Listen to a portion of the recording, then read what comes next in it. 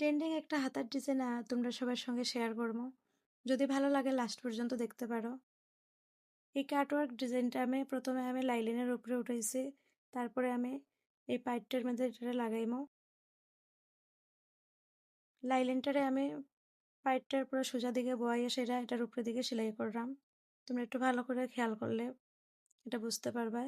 আর বাড়তি যে কাপড়ের টুকরোটা আছে এটারে আমি সবটিরে কাটিয়া ফেলাইমো। আর মিডিলে আমি ছোট ছোট কাট দিমো, যাতে এটা আমার উল্টাইতে অনেক সুবিধা হয়। হাতাটারেও আমি লাইলিনের লগে একলগে লাগাইয়া সেটা রাখবো হাতাটারে বানাইয়া। তারপরে আমি এইটার ফিনিশিংটা হওয়ার লেগে এটার মধ্যে আমি একটা পাইপিং লাগাইমো। কাটওয়ার্কের ডিজাইনটা আরো স্পষ্টভাবে ফুটিয়ে উঠবো তার লেগা। তোমরা চাইলে পাইপিং নাও লাগাইতে পারো, কোনো অসুবিধা নেই। পাইপিংটা দিলে পরে একটু হাইলাইট হয়ে ভালো লাগে দেখতে।